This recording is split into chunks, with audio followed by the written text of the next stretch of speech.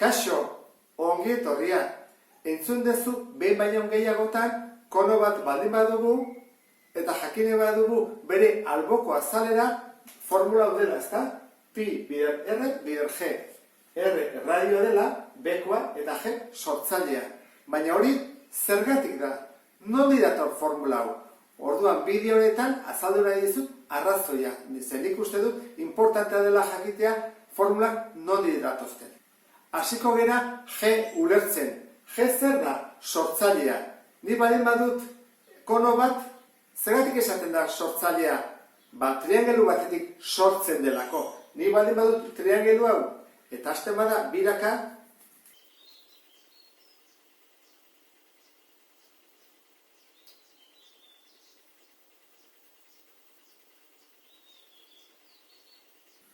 ikusten duzu bezala, sortu da kono bat. Horregatik da sortzailea. Hau da, honek sortzen du. Biraka ari delako. Orduan, egingo duguna horrein izango da, garapena, badakizu. Hau baldin bada, luzaera, zabalduko torrela, hemendik, eta elkartuko ditut. Sortzailea jarri dut, orain faltatzen sektorea non bukatzen den. Hemen, hori ez dakigu, ezta? Hori nola jakin dezakegu? Behan dugulako beste zirkulo bat, eta honen luzerarekin koinziditzen duelako. Guazen pentsatzea, honean dela. Orduan, hau izagoentzako alboko azalera. Koinziditzen duelako, berri delako honen luzera eta honen luzera. Orain azalduko dizut zer erlazio dagoen zirkunferentzia eta zirkuloaren artean. Badakizu zirkunferentzia dela kanpoko luzera. Orduan, zirkunferentzia. Eta erlazioa edo proportzioa beti zatiketa bada azalera, norena, zirkularena. Hau proportzio bat da, zer nahi dut horrekin, zenbat eta luzera handiagoa izan, orduan eta azalera handiagoa. Adibidez, hemen, bira osoak azalera du. Baldin bada zirkunferentzia laurdena, azalera ze izango da baita ere laurdena.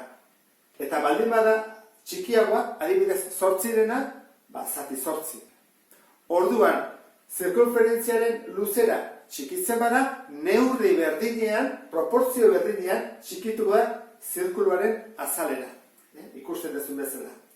Horrek zesan nahi du guk proportzio bat jarri dezakegula. Proportzio bat eta beteko dena. Az gaitezen.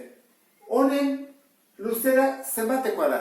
Hau da, zirkunferentziaren luzera zenbatekoa izango da. Izango da, bi pi eta bere erradioa. Bere erradioa zein da? Sortzailea, lehen esan dugun bezala. Hau, honek sortu du. Orduan, erradioa, G da. Orduan da, bi pi, G. Eta azalera, zirkuluarena, pi, R berbi, R, G da guretzako, pi, G berbi.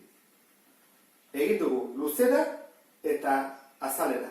Orain, gu zer dakigu, jakin behar dugu, hemengo zerbait, edo, bitako bat, hirugarrena jakiteko. Guk ez dakiguna da azalera. Honen azalera ez dakigu. Orduan jakin beharko genuke, edo kalkulatu beharko dugu, bere luzera zen baden. Hau badakigu zen baden? Bai. Zer luzera da? Honen berdina. Koinziditu egiten du. Batera daude.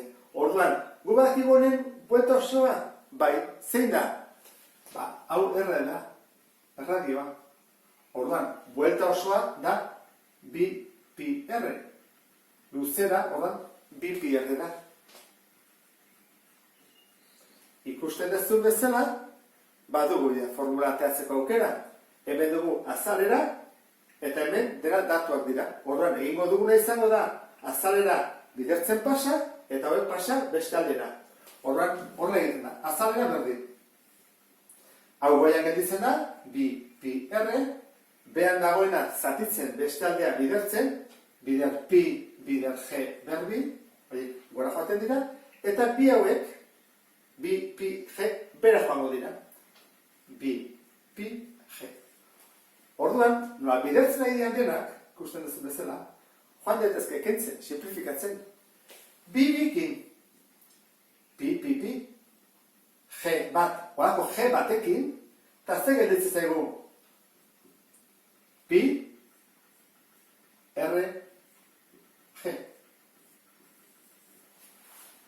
Horregatik esaten dugu, alboko azalera, gu baldin badugu kono bat, dela pi, r, g. Ulertu duzulakoan, nondi datorren formula, beste bat arte, agur?